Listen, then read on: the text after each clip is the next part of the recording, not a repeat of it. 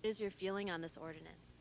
Well, I think it's a good idea to get rid of junk spread around, but some of this stuff is not junk. It is in the eyes of some people, but not in the eyes of everyone. Dale uses these pictures to prove his point. Some might call this old car junk. But wait a minute. After Dale's magic touch, this is what that old car turned into. A picture-perfect 1953 Buick Skylark. And Dale has a few antiques waiting to be restored, like the Skylark. But they may not be there for long. The City Council will be looking at an ordinance to ban storage of what it calls abandoned property and inoperative vehicles. I don't think that people should have to live in a neighborhood where somebody's storing massive amounts of junk in their yard. I don't think that they have the right to do that and destroy the neighborhood. In fact, that's what they're doing. So it's important to you because it's kind of an aesthetic reason, the fact that there's cars sitting around.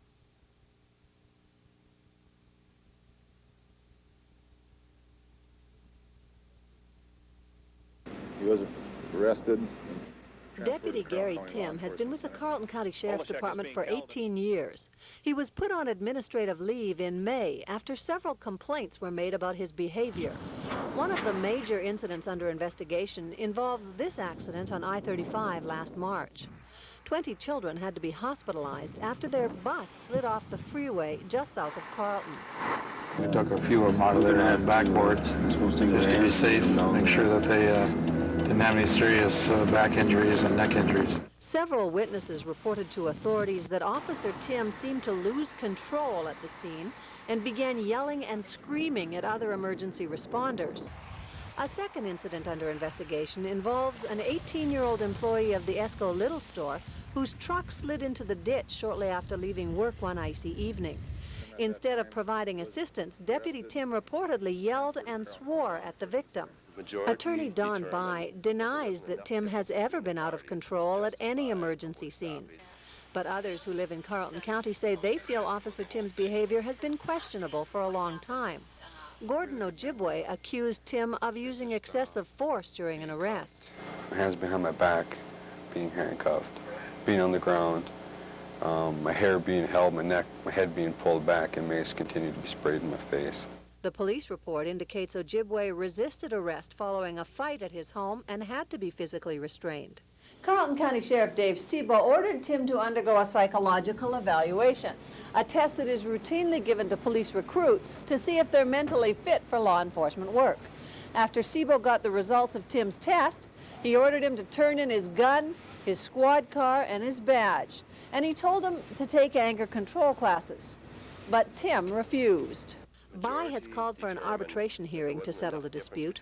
Meanwhile, Tim remains on suspension from the police force without pay. In Carleton County, Barbara Riles, Channel 6 News. He was arrested, transferred to the Carleton County Law Enforcement.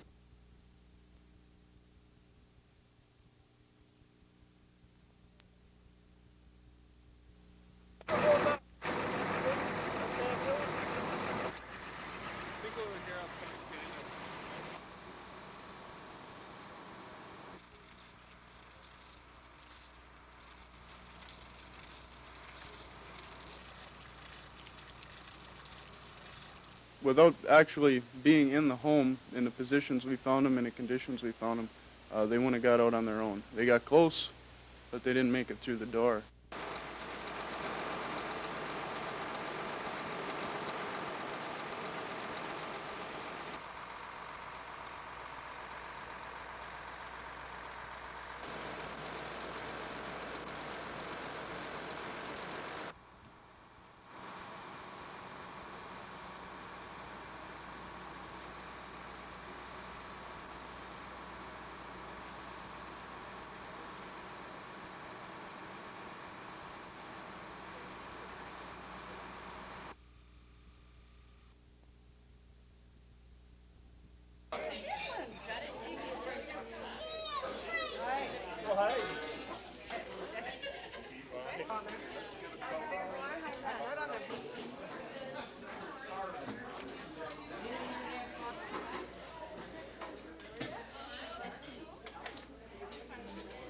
Oh, you don't want them?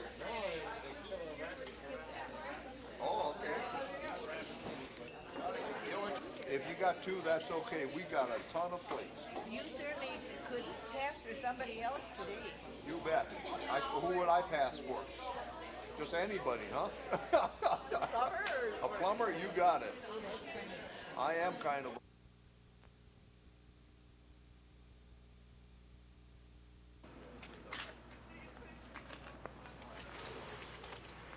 On members of all ages at 5 Thompson Amoco stations, 3 in Duluth. The price difference has only been about 5 cents higher up here, correct, than Murphy. We feel that these discounts are very important.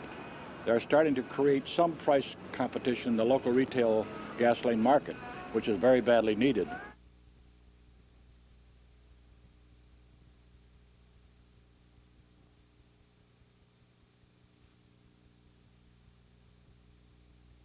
Please sign it off so we can get it into law here in the state of Minnesota. Relative to merit pay, if they want to give separate, with a maximum of $2,000 for 2 children. We want to make sure that we provide for as much choice and educational nourishment as we possibly can. The tax credit can be applied for a variety of different educational purposes, including sending your kid to a private school. Computer availability in our schools. We don't want to see any school $150 available per child. We want to enrich the do that. If they want to send their child to a programs, computer technology, whatever it may be, we want it available for families with children so that we can provide more enrichment, more opportunity, and more choice. We again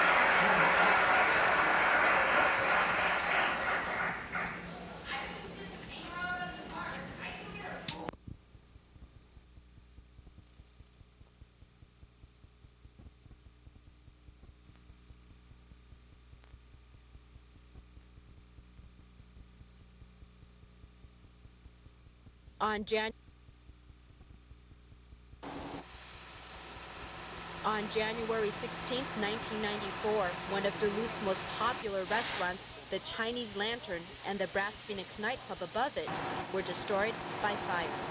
Immediately we knew the magnitude of the fire just because the amount of smoke and the trucks and so forth there, and it was very devastating, both for Wing and myself. You know, Wing had over 25 years in there, and I had worked for Wing for 18 years, and so it was very devastating. Almost 3 years later, the building is back in business, this time home to an Italian restaurant and over 16,000 square feet of office and retail space ready and waiting to be rented. You're looking at the original tile of the Duluth Athletic Club, and this is the original grand staircase that has been refurbished, which now leads to the Bella Vita restaurant. The owners say they hope their business will be as successful as its predecessors. There's not a better man in the world to follow than Wing. You know, he did a phenomenal operation as a Chinese Lantern, and we can do anything close to what he's done in the past. I'd be very fortunate and very lucky. And the owner and the employees of the former Chinese Lantern wish the best to their successor. We wish Dan the best of luck, and Dan's very experienced in the restaurant industry. He's had many years of experience, so I'm sure he'll do very well, and we wish him the best of luck. Angela Wang, Channel 6 News.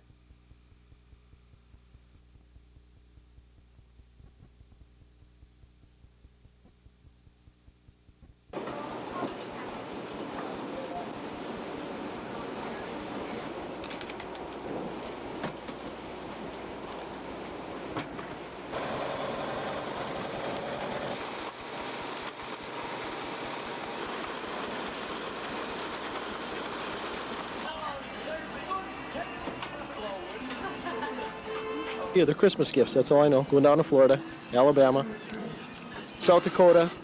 Yeah, she's too busy. Yes. Is that why you're doing it? That's why I'm doing it. I'm just doing the mailing. She did all the hard stuff. This is our busiest day, especially for mail processing. That means sorting the cards and letters and packages and getting them on their way.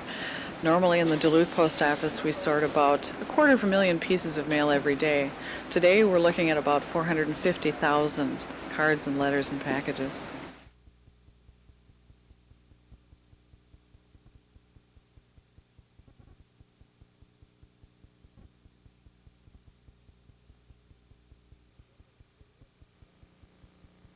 If you're not here in 10 minutes for the Northland's #1 rated 6 p.m. newscast, here's what you'll miss. Some people are willing to pay hundreds, even thousands, for the most popular toy this Christmas.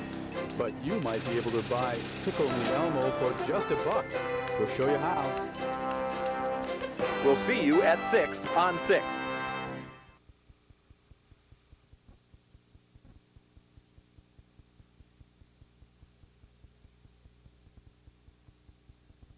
Duluth credit unions are taking a stand and trying to crack down on a string of recent robberies. In the last 6 years, only banks were being targeted. 12 were robbed in all. That has changed this year. In 1996, 4 credit unions were robbed. That's a higher number than the number of banks robbed this year. The first Duluth credit union robbery of 1996 was back in February at the Cloquet Co-op Credit Union. The second was at a Duluth Teachers Federal Credit Union. That happened in April. Then in August, the Cloquet Co-op Credit Union was hit again. The latest credit union robbery in Duluth was at the Hermantown Federal Credit Union on London Road.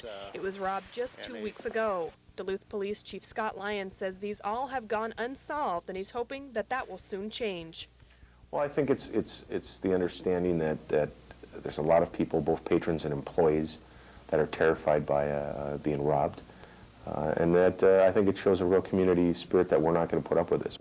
Chief Lyons thinks robbers target credit unions because they have less security and oftentimes more money in the tills, but that is changing. We've increased our security substantially. I know other credit unions are doing it as well. We're having more training, and yeah, we're doing an awful lot from a security standpoint to hopefully get the word out that we're not going to be an easy mark as to these things.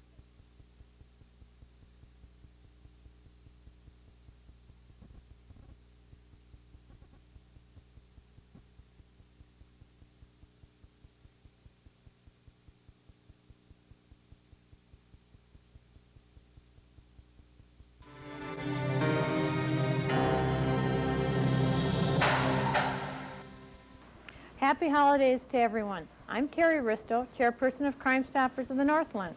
I would like to update you on what we have accomplished during our first 3 years in operation. 99 criminals have been arrested and $220,000 worth of drugs and stolen property have been recovered, and $9,600 in rewards have been paid out to callers. Crime Stoppers is a community-based organization made up of Northland volunteers and operates on contributions we receive from area residents, businesses, and organizations. We help Northland law enforcement agencies solve crimes, but our continued success relies on you. Please continue to help us. Our address is 411 West 1st Street, Duluth, Minnesota, 55802. You can also write to us if you have any questions or call our tip lines at 1-800-974-TIPS or 723-ENOUGH, which is 723-3683.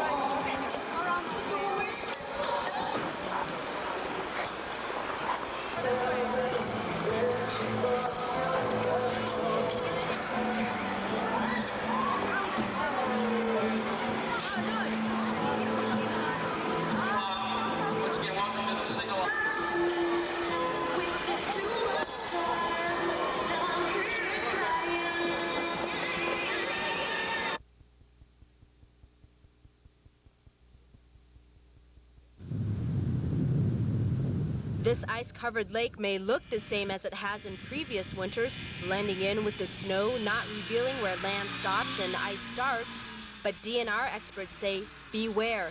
This season's ice is not as safe because of the weather. Well, we started the year with some cold weather. We got some ice down, and then it started to rain, and it rained for quite a bit. I think we ended up with 3 inches of rain, and the weather warmed up, so we ended up with some bad ice as our base. And with the recent storm, the weight of all the snow has fractured the ice, forcing the water up and causing slush. Ice anglers agree there is more slush out on the lake than usual, but they say this doesn't mean you can't go out on the ice. The key is to test it first. And I've been ice fishing for 15 years, and I've seen a few people go under and stuff, but, you know, like I said, just use common sense. I always stop and look and check it out. I've binoculars and stuff. I look out in the ice, make sure there's people out there and stuff. And experts agree. That's why they give us these tips. Check the depth of the ice before venturing out. Make sure you carry ice safety tong hand grips with spikes. If you fall through the ice, you can pull yourself out. When snowmobiling, make sure you wear a flotation device. And don't park next to other cars. This weakens the ice. Experts say it's important to use these tips now before it's too late. They will fall through, and the water temperatures are so cold that survival is probably 3 to 4 minutes. Angela Wang, Channel 6 News.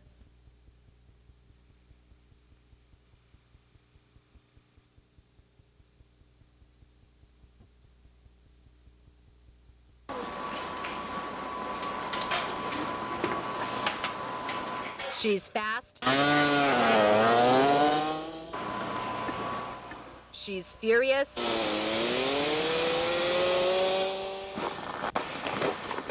And she's fearless. We're talking about none other than pro kitty cat racer, 7-year-old Mindy Sauter. Her racing career began in 1994 when she was 4 years old. Her first race was her first time on a kitty cat, where she went through 7 elimination rounds at the World Snowmobile Racing Championship in Chisholm, and she's been on the track ever since. She was excited. She loved it. From then on, she says, I want to do some more. She didn't want to get off it. She had fun. Mindy has 2 kitty cats. She's got this one, which is her stock one, and this one over here, which is her modified one. She likes this one better. Racers, do you know what? And why is that? Because it goes fast. When you go like this, it makes it go fast and stuff. And her racing motto is, no guts, no glory. Last year at Breezy Point, she hit the inside bank with her modified, and she did a triple somersault with her modified, and the modified landed on the track, and she jammed her finger. That's about it, and they restarted her in the back, and they had 1 lap to go, and she still got first place. Wow. So it doesn't scare her at all. This racing sensation has had her photo in Snowmobile magazine, and she's collected 89 trophies so far. Mindy ranks 2nd in the statewide kitty cat racing circuit, missing first place by just 1 point. But winning's not all that interests her. How about getting the trophy? Do you like that? Yeah. But that's not as fun as going fast? Mm-mm. I'm proud of her. I'm proud of her for doing this. I'm proud of her for sticking to it. And I'm proud of her for being a very clean racer and not bumping into people. And once in a while, when she got her sportsmanship award this year, I cried. I was so happy for her. And for Mindy, she's just as happy as long as she's zooming around on her kitty cat. In Cherry, Angela Wang, Channel 6 News.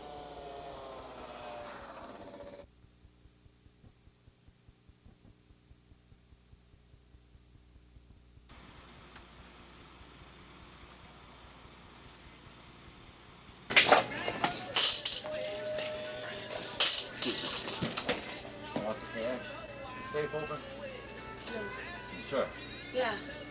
Coming in that office? Yes. Yeah. This clear? Yeah, but there's nobody in. No one in. Where's mine? Let's go in the office. Jay? Don't move. I want the cash. Right now. Cash that you got. Thank you. Have a nice day, people. Come here a minute, please. Never mind. I want to steer this thing. I won't hurt you if I don't have to. Have a good one. Okay? Stay away from there, please.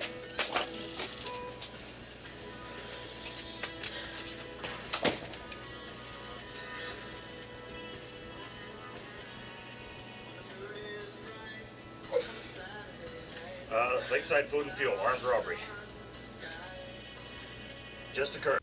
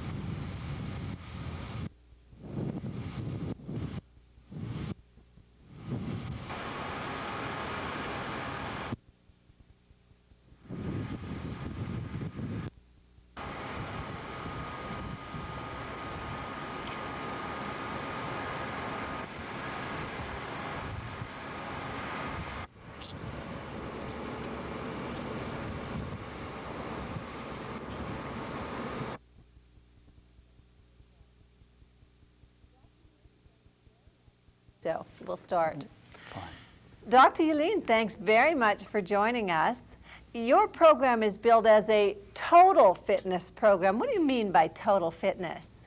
Well, most fitness programs concentrate on one aspect of fitness, usually physical fitness. They tell you that if you can run a mile in X minutes, you're fit. But that's not what fitness is all about. Real fitness involves not just being physically fit, but also nutritionally fit, mentally and emotionally fit, spiritually fit. It's a combination of all of those things, and they work together to give you a dramatically better feeling and dramatically better health. You talk about 4 weeks to fitness. Can you, I know it's a lot of stuff you cover, but can you give us a thumbnail sketch of the kinds of things you're going to deal with? Well, we're going to start getting people to increase their activity, but not just aerobically, but also flexibility, strength training, because there are so many different dimensions to physical fitness. We're going to be dealing with nutritional fitness, but not just weight loss, but with adding fiber to your diet, with getting the amounts of vitamins and minerals that you need, controlling cholesterol. There are so many different elements that go into making up truly good nutrition. We're talking about mental fitness, and by that we mean not just managing stress and sleeping well, but setting priorities in life, using good social connections and altruistic activities to increase the status of your health, to improve the way you feel each day, and literally to reduce your risk of disease and increase your life expectancy. How much of a time commitment is your program? If you really did everything that we're asking you to do, you would probably have to spend an extra 20 to 30 minutes a day in our activities, and that makes many people pull back and say, oh boy, you know, I do not have 20 to 30 minutes. On the other hand, if you look at the busiest people in the world who are truly fit, they do these things every day, and the reason they do these things is because these fitness activities make you more productive during the day. They give you more energy. They make you awake more refreshed. So I tell people, put in the time. Trust me, in 4 weeks you'll find out you're coming out ahead at the end of the day. In fact, you kind of make some guarantees with your 4-week program, including pounds and inches. Yes. We did a volunteer group. 17 of the 19 volunteers finished our 4-week program. 10 of them took an inch off their waist. 10 of them lowered their blood pressure 10 points or more. 7 of them lowered their cholesterol, an average of 18% each. And they all reduced the amount of time that it took them to walk or jog a mile by anywhere from 1 to 3 minutes. Some very dramatic effects. Sounds like a great program, Dr. Yulin. We'll be watching the Today Show, and we thank you for joining us. My pleasure, Barbara. Thank you.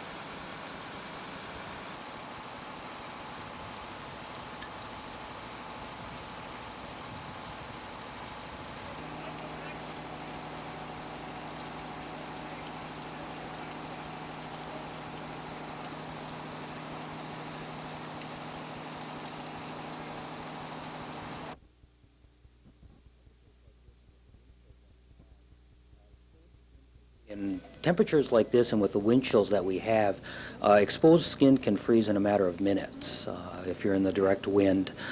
So the biggest thing is to shield yourself from the wind. Also, if you're out for very long and you're not dressed warm enough, you have to be concerned about hypothermia.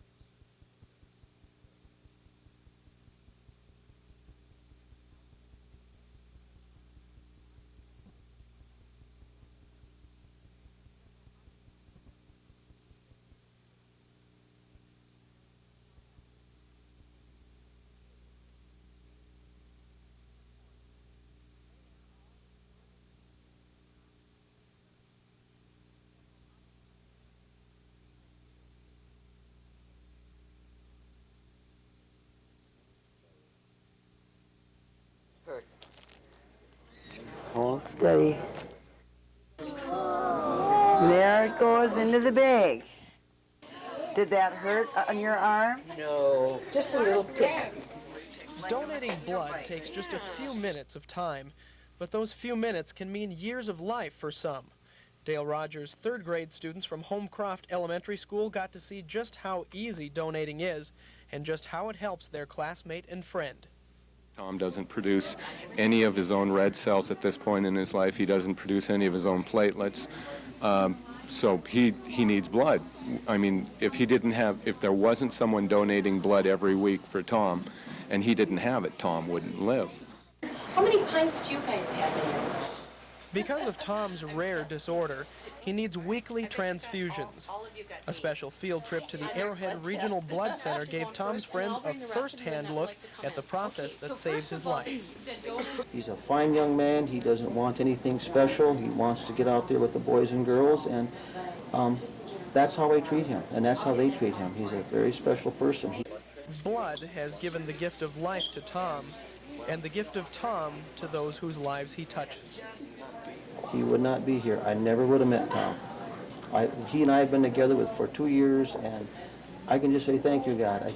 I enjoy this young man so much. It's important to give blood.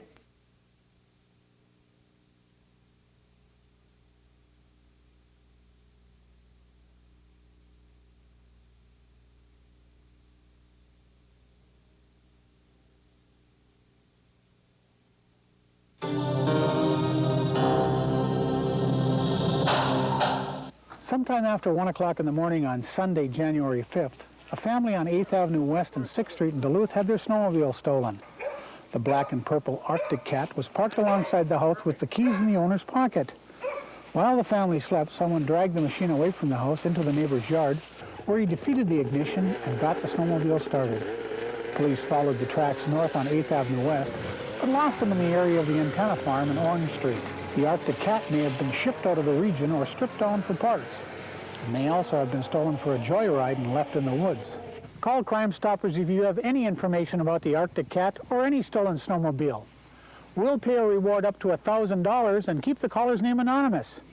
You can also help prevent snowmobile theft by chaining it to something solid. Our numbers are 1-800-974-TIPS or 723-ENOUGH.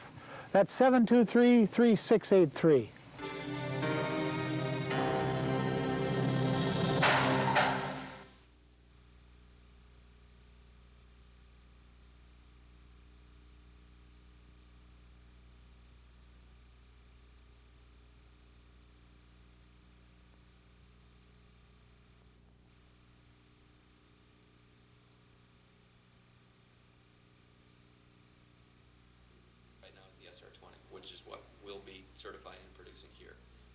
it would be something like driving on a slippery road and saying, I've got good traction, I've got good traction. Well, I did it before, I'm going to do it one more time. And there's just, you're right to that edge. Now the road's too slippery and you slip off.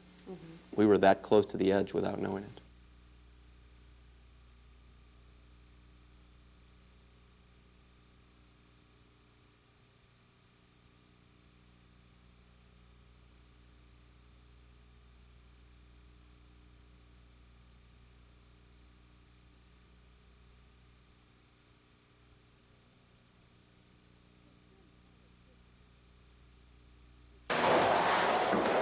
For some politicians, it's a breezy 360-degree spin through a revolving door.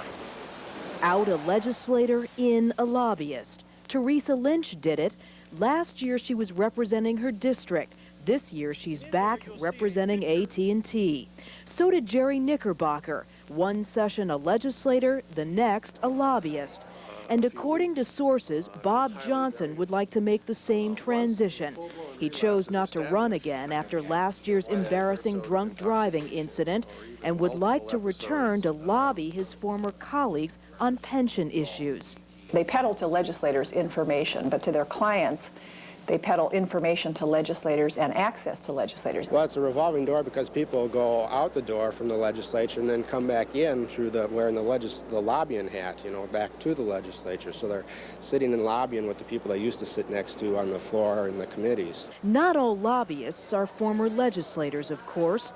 Many of them have spent years building contacts and friendships with politicians. They hope that will open important doors, the kind that citizen lobbyists like these restaurant workers couldn't begin to. It's also the reason that ex-lawmakers make very good present-day lobbyists. There's this thought police sort of mentality about all of this. Like, we elect these people, but we must make sure that nobody is allowed to get near them about whom they care. That nobody who understands this process is allowed to.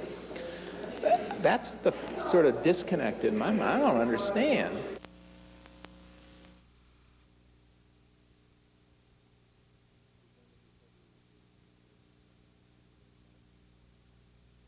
We've done what we said we would do, which was to bring Major Woodbury out.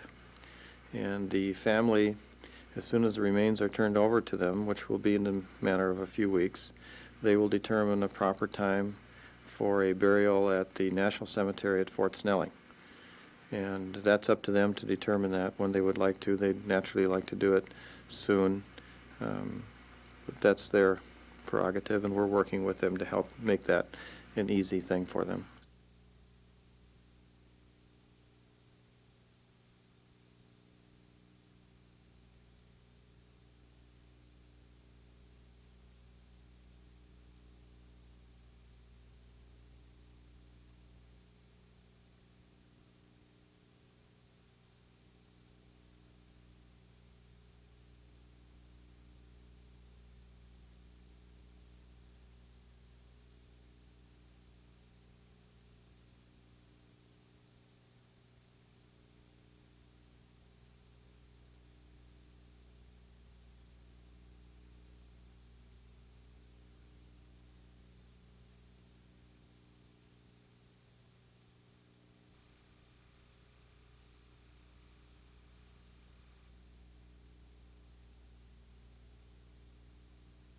We do need legislation for this, and that is why, of course, we've asked the task force to do this because of the Dwan family's long-term commitment and support to education and medicine, both in the community of Duluth itself and our greater community at large, that we support this proposal unanimously.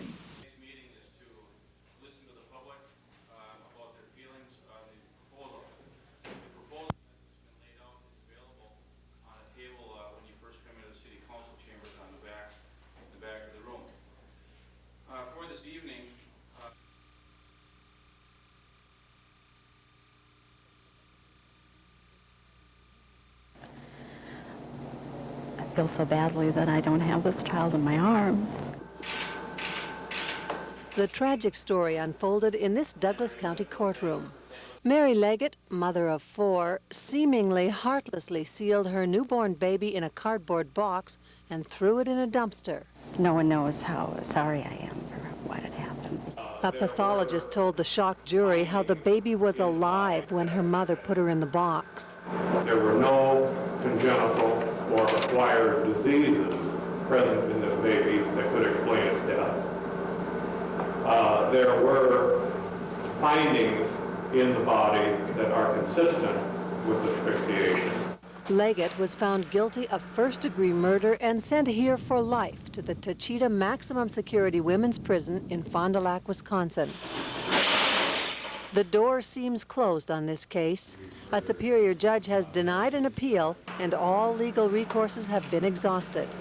But many feel justice was not done, that something went terribly wrong. The question that was never answered in this superior courthouse is what could turn a gentle, loving mother into a cold-blooded killer? For 40 years, Mary Leggett lived an ordinary, law-abiding life, raising her children while working here at the Superior Public Works Department. Her fellow employees stand by her to this day. And she just never was anything more than kind, generous, loving, the most sincere person I'd seen. Pictures show a happy, loving family. I guess this is Mary's oldest daughter, Lori. She's not a murderer. I mean, she doesn't have a cold bone in her body. 23-year-old Leo goes to college at Western Michigan University. I know my mom, and I know it wasn't her. It just, she wasn't herself.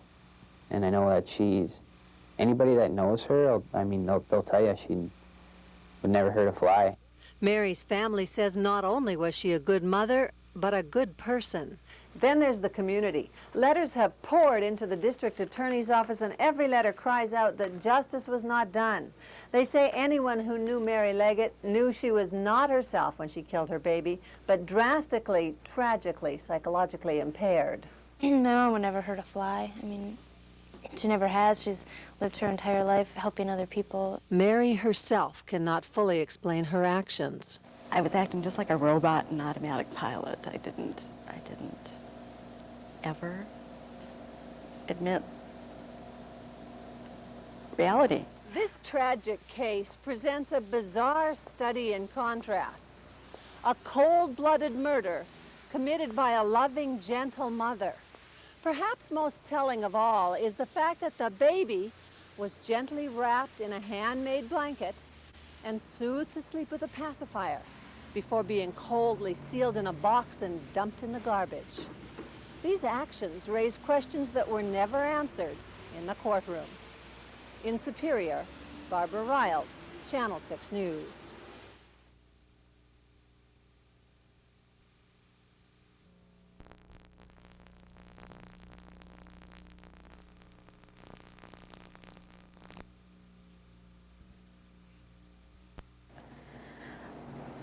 I feel so badly that I don't have this child in my arms. The tragic story unfolded in this Douglas County courtroom.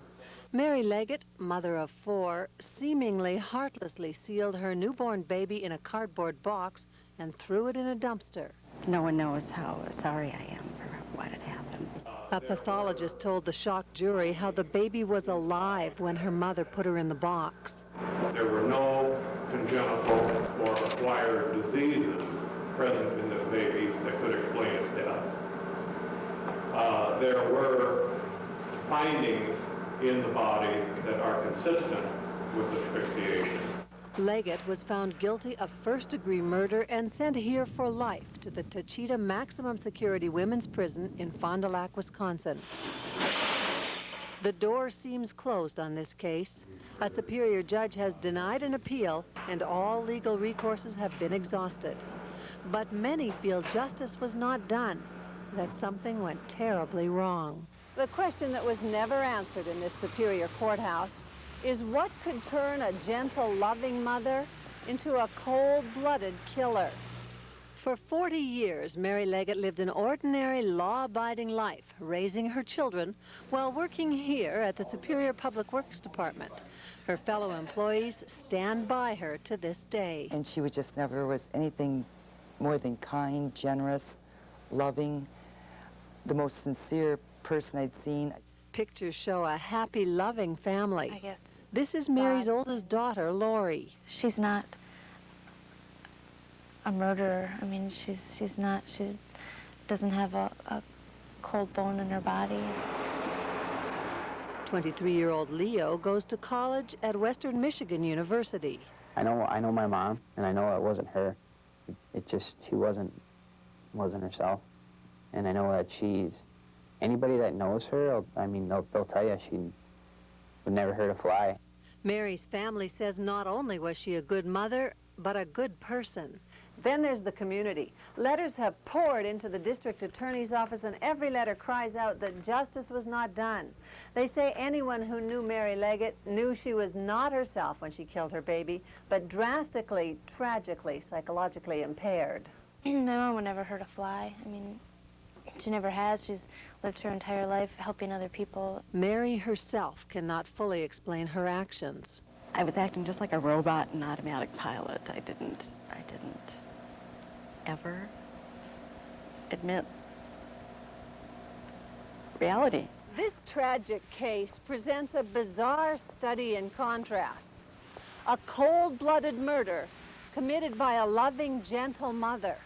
Perhaps most telling of all is the fact that the baby was gently wrapped in a handmade blanket and soothed to sleep with a pacifier before being coldly sealed in a box and dumped in the garbage. These actions raise questions that were never answered in the courtroom. In Superior, Barbara Riles, Channel 6 News.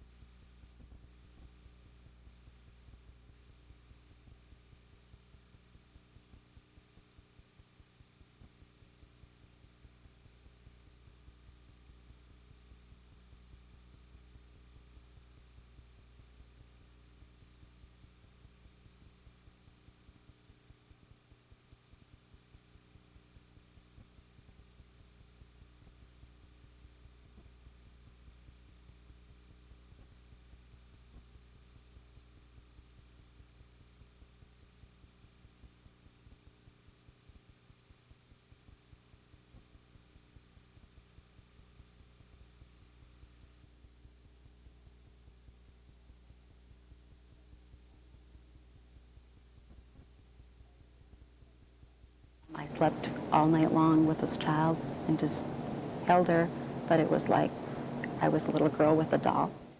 Was patting the child, I was holding her. I found a pacifier. I laid it in the box, and the tape that was put on the box was a sign of finality. 40-year-old Mary Leggett was found guilty in 1992 of first-degree murder. News reports detailed the horrible crime, but no one told the story behind the story. Mary Leggett says she got pregnant through being raped. She never saw a doctor and never told anyone about the pregnancy. Nobody in the office knew anything about it. She never shared that with anybody. She never even let on that she was pregnant. Mary didn't even tell her children, with whom she was very close. I look back and I wish I would have, there's so many things I wish I would have done that I could have done, to stop what happened. And co-workers suspected Mary was pregnant, but didn't push it when she denied it. The birth was just the whole entire rape coming back.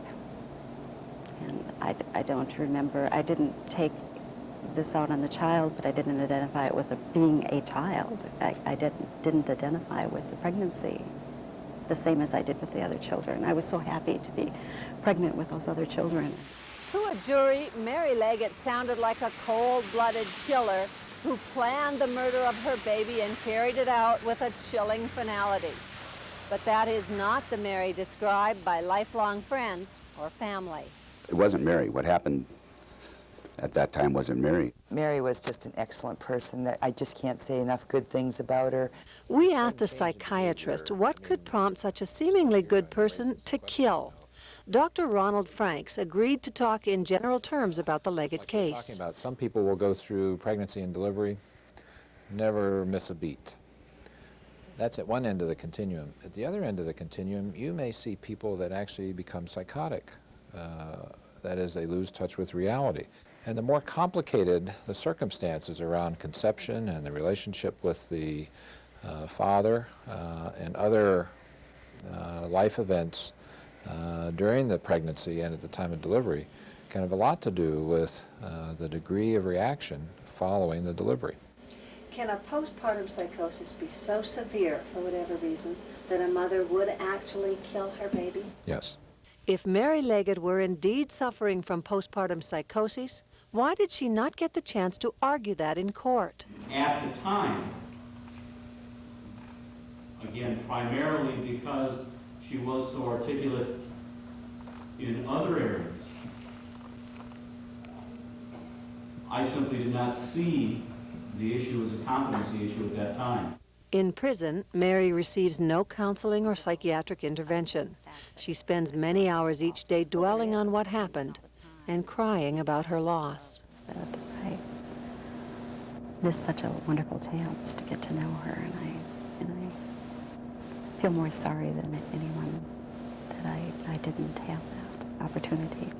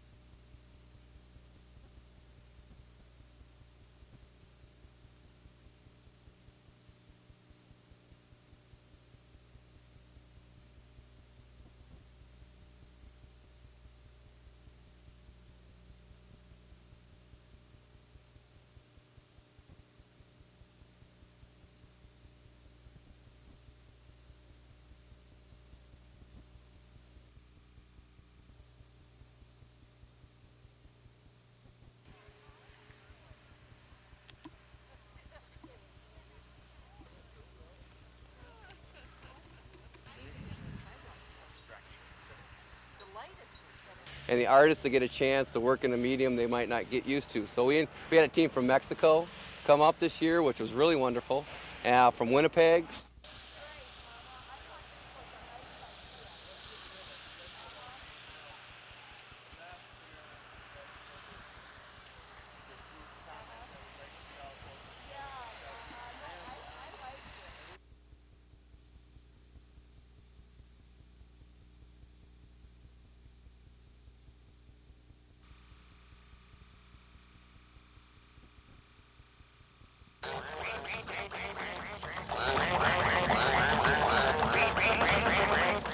These quacking ducks belong to the proud owner of Anna Banana, a fun store for kids. With over 18 years of retail experience, owner Sue Taylor always planned on opening a store of her own. For the past 2 years, while working at 2 part-time jobs, she worked out a business plan. This store is a 20-year dream come true. My favorite time of the whole day, though, is in the very first thing in the morning or at night when I close and I turn the lights out and I can look out from the back room and say, this is it, this is mine, I did it. But there was a time when Sue thought she may not achieve her goal of owning her own retail store. It was during the time she was meeting with the Northeast Entrepreneur Fund about 1 year before Anna Banana actually opened. There were times when I just wanted to give up. I wanted to think, this just isn't going to work. This is taking too much time. I want to be open now. I want to be open. I wanted to be open before Christmas of '95. I wanted to be open summer of, it took an awful long time. I worked with Northeast Entrepreneur, and they had a great little workbook. She did proved to me, with all her research, that this was viable. It was just a gut feeling. Retail is perhaps the most riskiest, so she had a lot of hoops, as she said, to jump through, but it was for her own good. And she continually had the experience to make all the right decisions. And the personality of again, being committed was very first and foremost in our mind. And she's committed in all areas of her life. Being a single parent, Sue says there was one thing that kept her plugging away, even when she felt like giving up. I wanted to be able to give my kids something for a future. I have nothing, we have no property, we have nothing else. I knew that investing in what I knew and getting something going would pay off for them down the road. Good afternoon, Anna Banana. And her concern with her children has given Northland kids a store where they can not only afford the items, but find toys they think are pretty awesome. I like it. It's kind of cool. Yeah, what's cool about it to you? Well, just like the dinosaurs and the animals and like that. In Duluth, Angela Wang, Channel 6 News.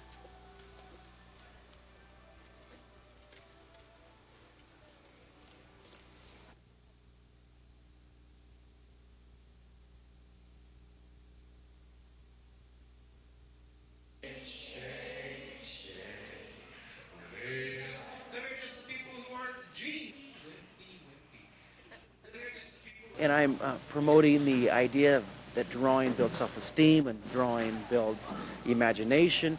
And the more kids draw in 3D, the more confident they're going to feel about themselves, and the more power they're going to feel in pursuing their dreams. Here's your school, the cultural. Sun's up here, shade the side. Oh, look at the dinosaur adventure. Oh, rocket ship during better on children's day.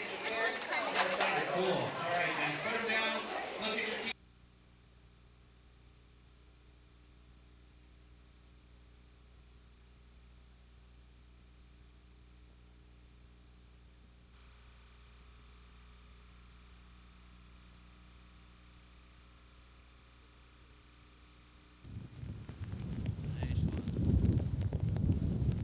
The temperature is 0 with a wind chill of 20 below.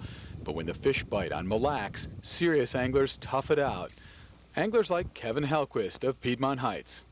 It's almost to the point where it's too warm in here. Kevin and his buddy Marty are avid fishermen who enjoy the sport, only they hate fishing in the cold. Their solution? The growing number of luxury ice houses. Oh, it's awesome.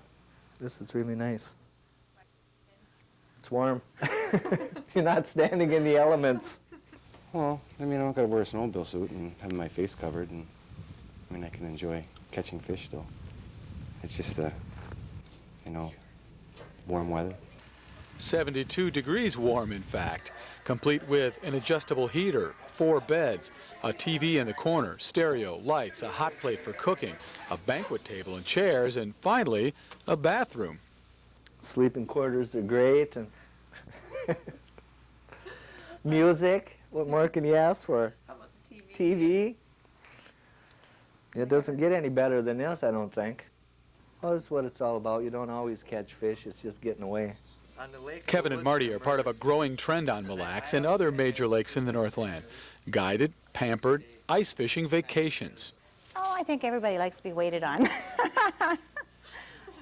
You get to feel special, you know, you're not just another number, and everybody's here to have a good time. They come with a positive attitude anyway, so it's just one more thing to have fun doing. Got to make your winter shorter. Resort owner Dusty McQuaid has seen winter business explode as ice fishing has become more comfortable. It's amazing how many people want their TV when they're away from home. Dusty's husband, Terry McQuaid, estimates their 26 ice houses are booked nearly every weekend.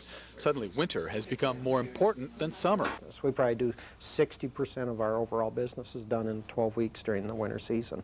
And, you know, that's pretty staggering numbers. You know, summer is busy, but spring and fall isn't near as much. In wintertime, you actually are taking care of probably twice as many people at the same time. And companies have started using the luxury ice houses for corporate entertaining. We had a group from Japan here just last week that I think it was 6 guys or so, and they'd never ice fished before, so it was a new experience. There are about 5,500 ice houses on Mille Lacs this winter. The ones for rent are so popular, many are booked a year in advance. Kevin and Marty expect this to become a regular vacation for them.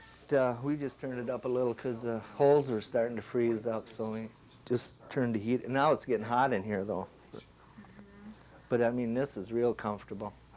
It's like being at home, except fishing. Did you plan to?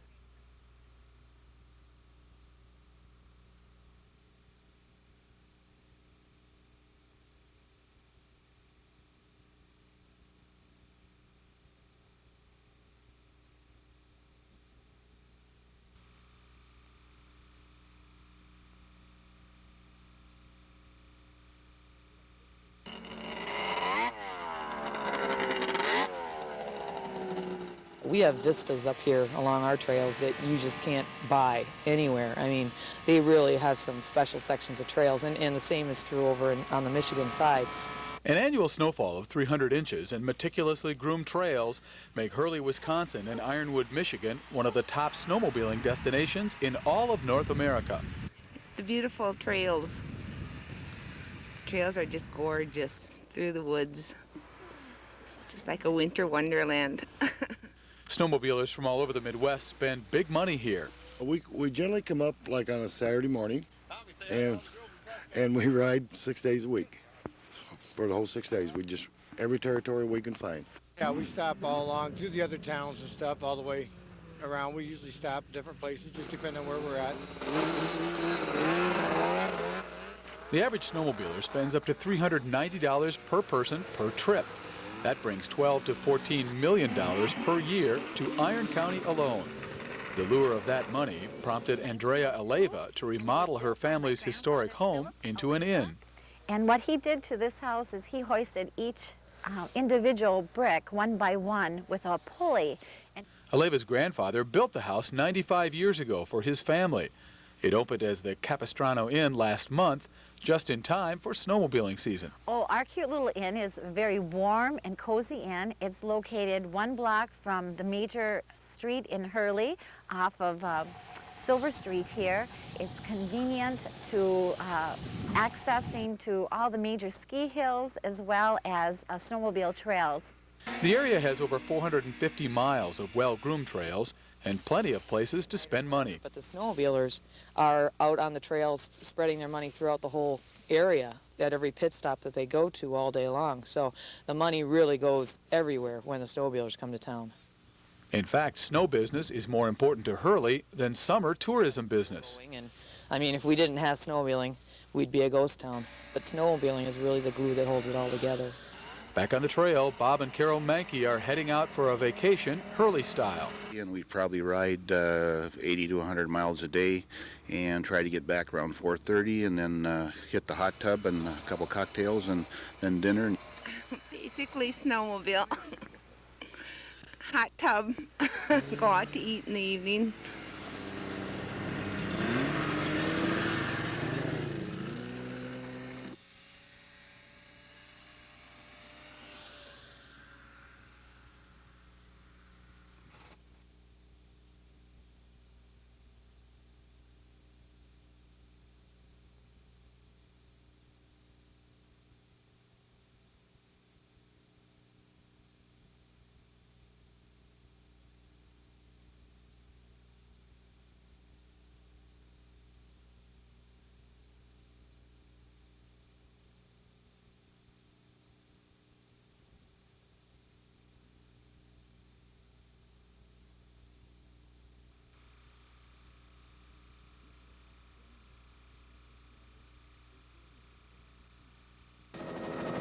Look at them running atop the crusted snow, the image of freedom.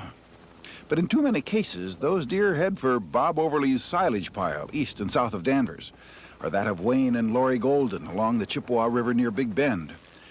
The silage had been put up last fall to help feed beef cattle this winter. But the deer find it tasty and nutritious. Look at the trails they've worn. Mark Spoden and his boss Dave Soren work for the DNR. They've spent the past 3 weeks supplying what are called shortstop feed sites. We're attempting to put some feed between the bedding deer here and the food source, and keep them occupied a little bit so that they don't do too much damage. More than 1,000 people farm in Dave Soren's area. 35 have asked the DNR to do something about deer. This depredation feeding is required by law in such cases, and it's a darn good thing as far as Wayne and Lori Golden are concerned. They root through our silage pile, and then they leave their droppings right where they eat. The way the Goldens see it, they fed the deer all summer as their crops were growing in the fields. And to buy the best hay now costs $200 a ton. And the deer are no dummies. That's the hay they're eating out there is the best stuff. The Goldens doubt that anybody is being eaten out of house and home. But they're more than happy to have somebody else feed those deer now.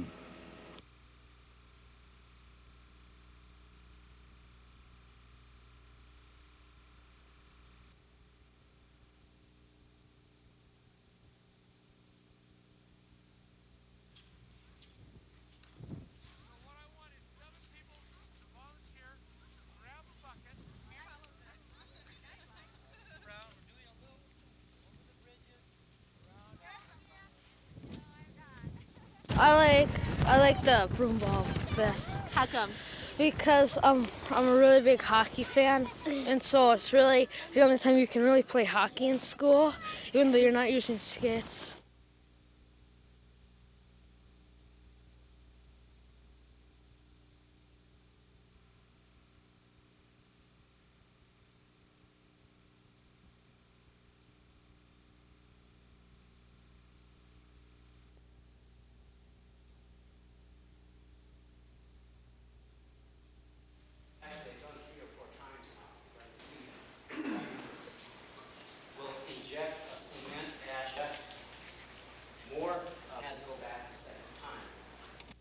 People want to see a resolution, and I think something like this that takes it to that next step so people can look beyond that and say, we can grow, we can rebuild on the site, we can make our community stronger.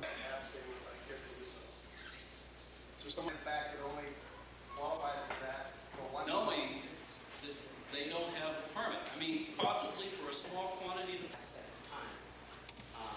Still, there was a lot of problems with that. Ultimately, and I don't know the exact numbers, but ultimately they ended up landfilling a lot of that waste. Pardon me? About half the waste, they gave up on the burden.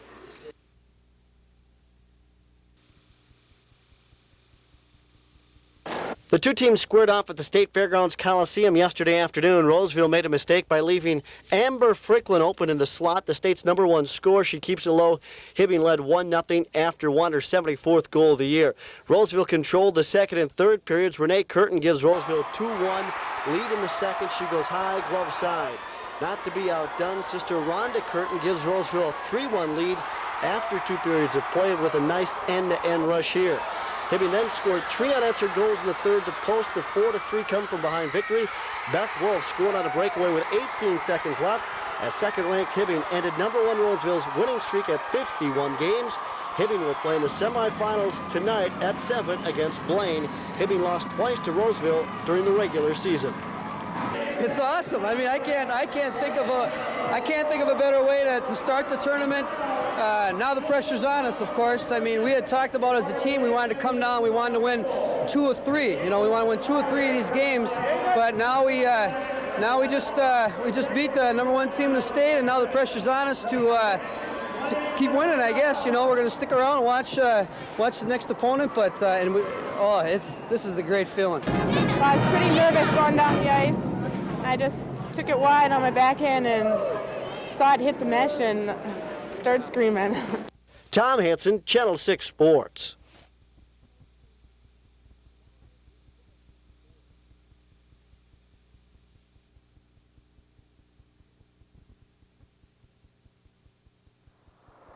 Check out those daffy ducks and swans, lounging around on the ice like a bunch of teenagers at the beach. How do they do it? Let's start at the top. Layers of overlapping feathers provide a weatherproof sheath for those soft, billowy underfeathers called down. If you own a goose or duck down coat, you already know just how effective this stuff is. But a duck's feet have no more feathers than ours, so why don't they freeze solid? Arteries carrying warm blood into the foot pass close to veins returning chilled blood from the foot. Even in the coldest weather, this warm arterial blood keeps the foot's temperature above freezing. That's what keeps a duck cold-proof, but what keeps it waterproof? For all its insulating properties, a down vest like this one is useless when it's soggy. The answer lies in a gland located on the duck's tail that contains an oily secretion. Through preening, the duck transfers this waterproofing to its feathers. So there you have it, a waterproof shell, a down coat, and heat exchanger feet. High-tech wildlife, you might say. I'm Jack Hubley for NBC News.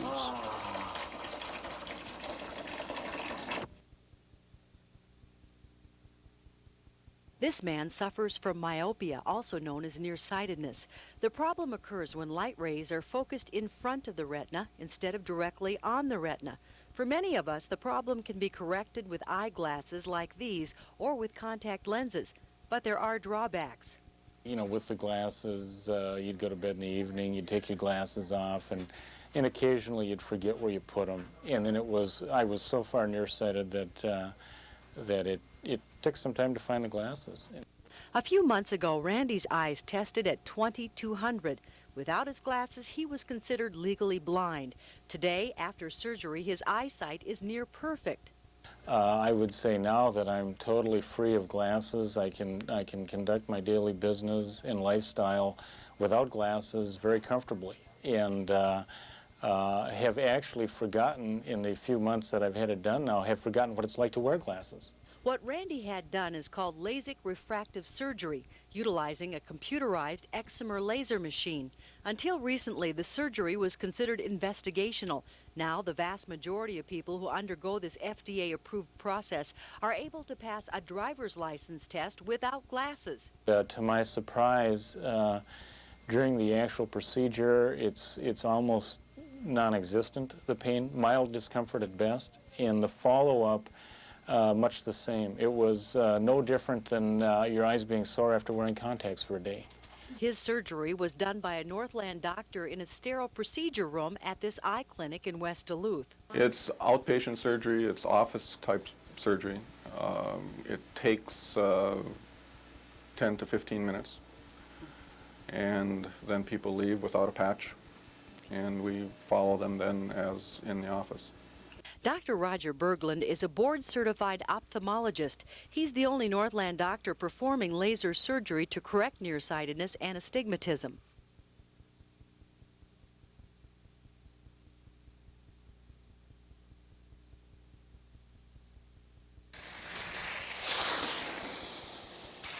There's a new ski out that's revolutionizing downhill skiing. It's these. They're called shaped skis. They make easy what we all have a hard time perfecting, those nasty turns. Well, the main thing is the big side cut. They have a very wide tip and tail, very narrow waist, which allows them to carve very easily.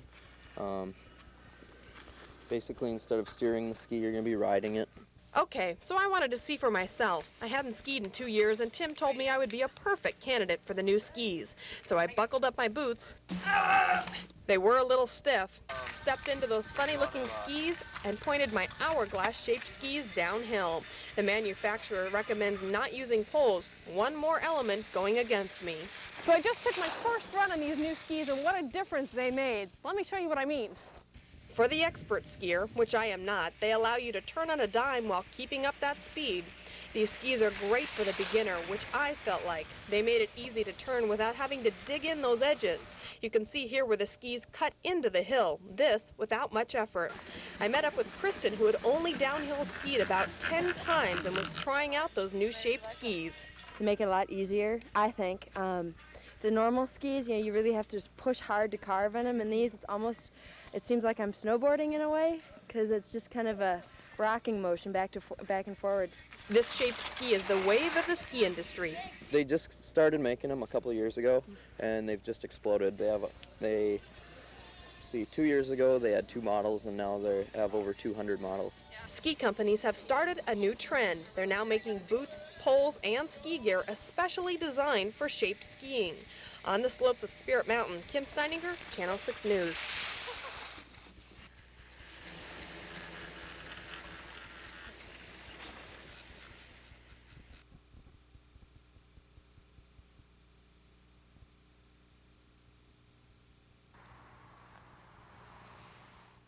One of Carleton County's biggest murder cases will be held here in Sherburne County, about 30 miles northwest of the Twin Cities. That means jurors will also be selected from here. For the trial of John Stephen Martin, about 100 people from Sherburne County will be questioned to see if they can serve on the panel.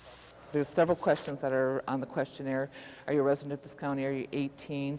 Are you able to read and write, comprehend the English language? Do you have any medical or physical disabilities, mental disabilities? Are you a legislator? Are you a sitting judge? Those are those type of things. And if they answer no, are you a convicted felon? If you are, have you had your civil rights restored? If you answer no, yes to those questions, then you're qualified to serve. Elk River is the county seat, and about a quarter of Sherburne County's population lives here. So we wanted to find out about the community that will be deciding the fate of John Stephen Martin. I don't think they'll be much different than any place else. I think that Elk River is a sophisticated community. It's a part of the metropolitan area. We have not only blue-collar people and people who have union affiliation, but we also have a lot of more professional officers and employees. Sherburne County has almost 13,000 more residents than Carleton County, where the trial was moved from. Sherburne County is racially 98% white, while Carleton County has more Native Americans. John Stephen Martin is Native American. Residents in Sherburne County may be more exposed to murders and crimes because they are near big cities and hear about violent crimes more often. Residents of Elk River say they have even heard about the murder of Paul Antonich, but still say an impartial jury can be found. I would think it would be a fair trial. I don't know why it wouldn't be.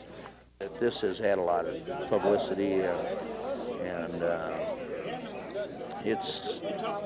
I think they can find a fair jury, and I don't think it's prejudicial town.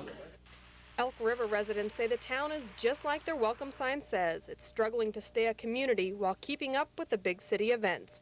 In Elk River, Kim Steininger, Channel 6 News.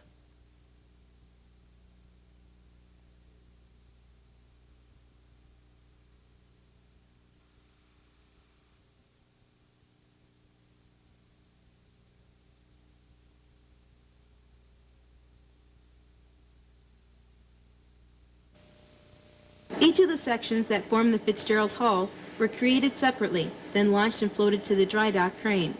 Diving on a sunken ship has never been easier. From the actual construction of the Edmund Fitzgerald, to her launching, to her captain and crew, to details of the Fitz's final voyage in November of 1975, this CD-ROM is loaded with excellent above and underwater video that takes you right to the ship's final resting place, the bottom of Lake Superior. Using this diagram of the layout of the ship as it sits on the lake's bottom, you click on one of the darkened areas to view video taken from the crew aboard a small submarine that has thoroughly inspected and documented every inch of the shipwreck. That's the boiler stack falling through there. Something right above us now. You can also tour the bow, the captain's quarters, the deck, the cargo area and stern, all with the click of your mouse. And when you're done exploring the wreckage, you can follow the trail of the investigation of the accident through a detailed chronology of Coast Guard records, complete with photos and interviews. You can get this CD for about $40. Right now, it's sold mostly through the mail, through the manufacturer, but we have built a direct link in through our High Tech Talk page in the World Wide Web. There's our address right there on the screen. Meantime, you have a question about computers or technology, you can reach me anytime online. There's my address. Till next time, Mike Wendland for NBC News.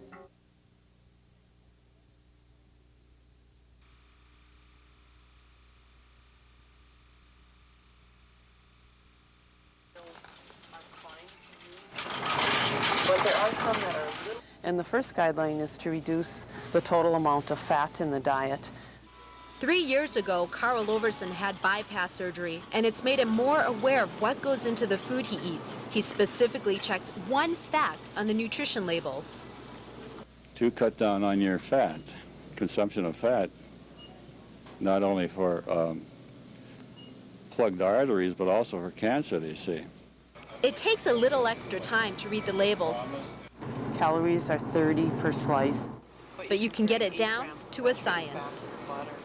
Dietitians say there are 3 important figures that you need to look at on a label. First of all, you need to check the serving size as well as the number of servings per container and the grams of fat.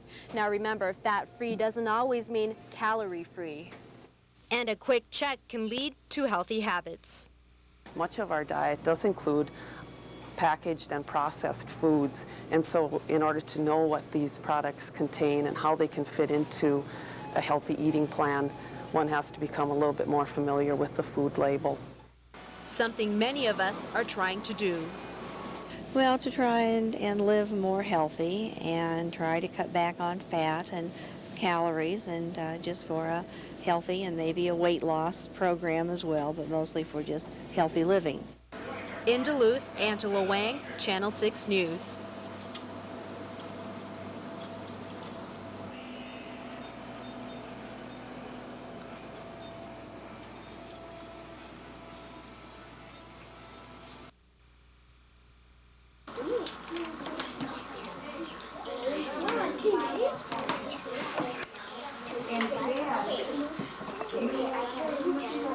And encouraging them to write by having them make their own teddy bear books. They've also been singing, they've made their own headbands, and we're going to parade around the building.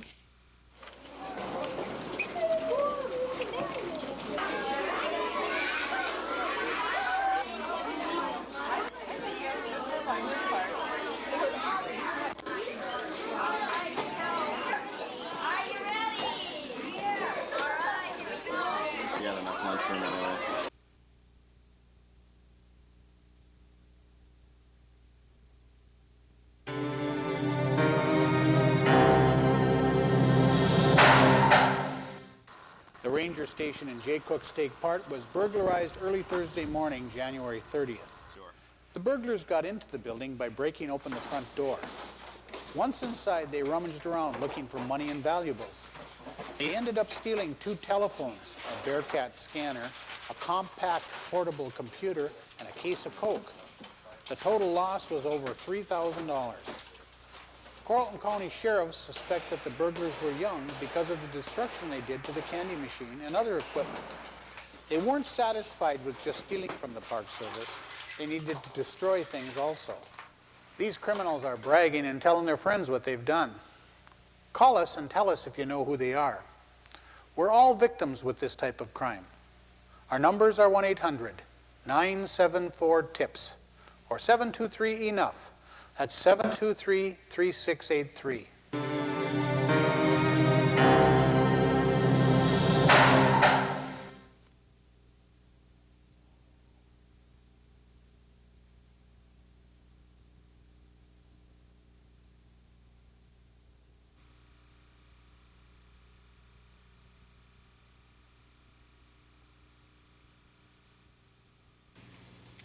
I don't know how they can come into my house and take her away.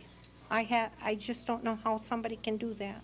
The city council has ordered Pixie the pig to leave Babbitt. A city ordinance bans farm animals from living within the residential district. And it has never been the individual, although it's been portrayed like that through the news, it's been the violation of the ordinance. Pixie's owner, Lucille Lassie, says she'll continue to fight to keep her pet pig at home. Well, it bothered me. I had a few tears on it, and then I guess I just got hard and said, the heck with it, no way am I going to give her up. Lucy has hired an attorney and has the support of the Animal Liberation League. I talked to Miss Lassie, and she said the pig crawled on her lap and kept rubbing her stomach when she was crying. This pig knows that there's something going on. You know what? I'm sure he probably doesn't, but when it's time for them to separate, it's going to be a tragedy. The Animal Liberation League is collecting donations to help Lucy pay for legal expenses. The city council has given her 30 days to remove her pig from within the residential district. In Babbitt, Angela Wang, Channel 6 News. Hey, Pixie.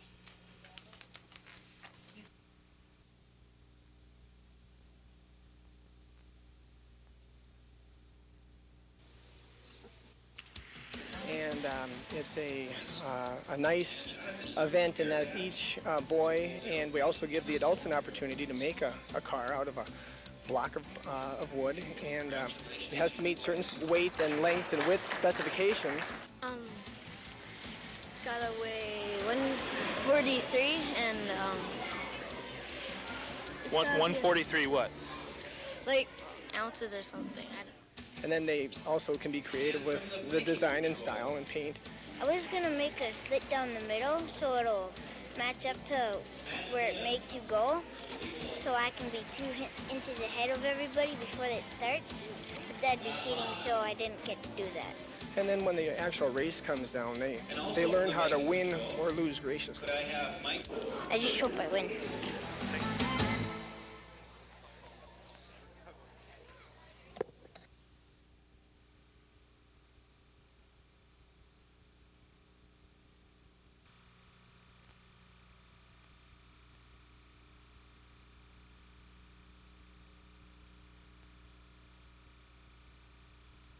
This is the best way to catch a criminal. If you can get him on surveillance video, putting him behind bars is often a slam dunk.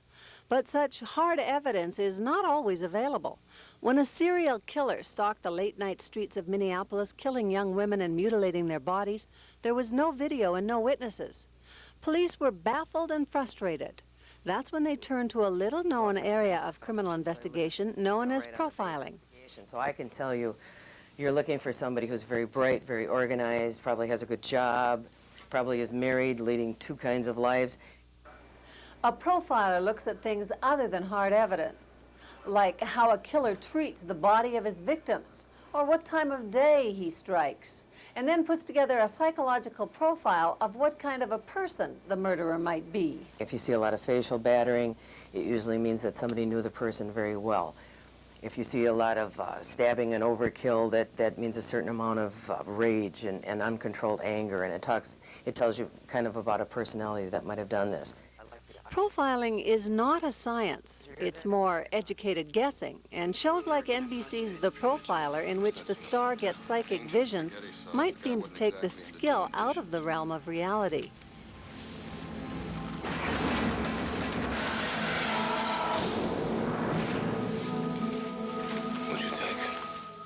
This surrealistic example of profiling might be one of the reasons not everyone in law enforcement is completely sold on profilers. We're a profession that's had some time tested things that we've done, and we've liked doing those things. And when somebody can come in and say, well, I can read the crystal ball and tell you, obviously you're skeptical. BCA Special Agent Joelle Kohut is one of only 24 profilers nationwide, and she admits her work is not a sure thing. Profiling's not a science. You know, sometimes you're right, sometimes you're not, but it's worth the try. You've got nothing to lose when you've done everything else. While profiling doesn't come up with hard evidence, it can help to limit a search.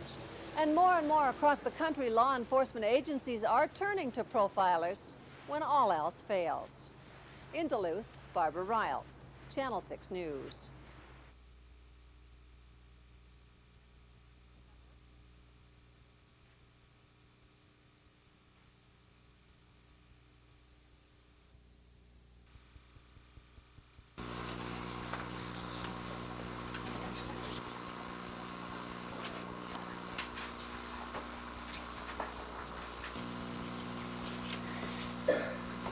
It's saving where you live, and you wouldn't want to live somewhere where it's all garbage on the grounds.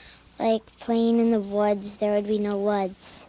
Playing hide and go seek, there would be nowhere to hide.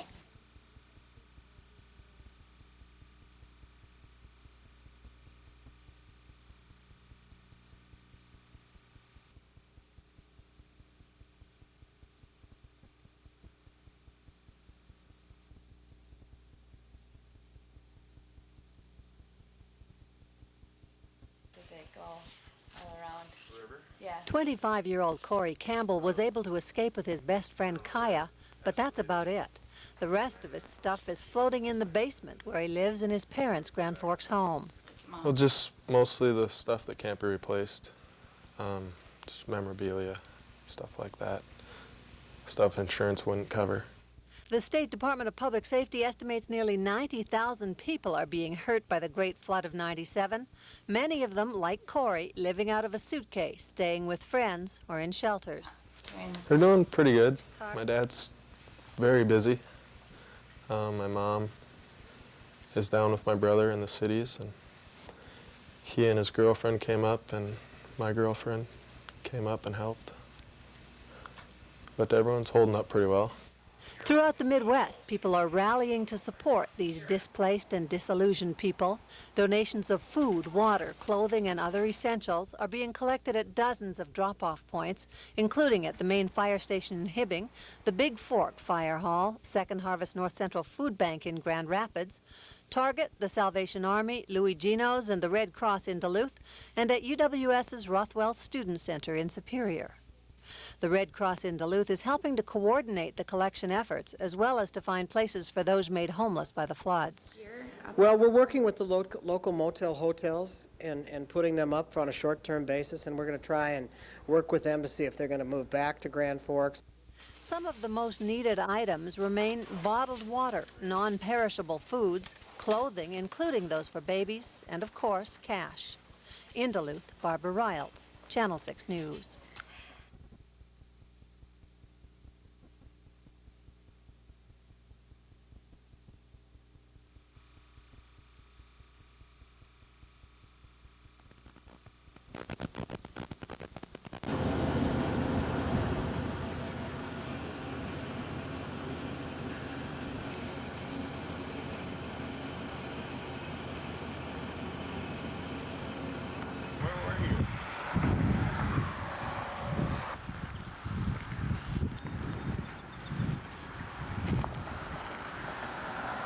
Get the lock there. All right, that's enough. We gotta go. I'm serious.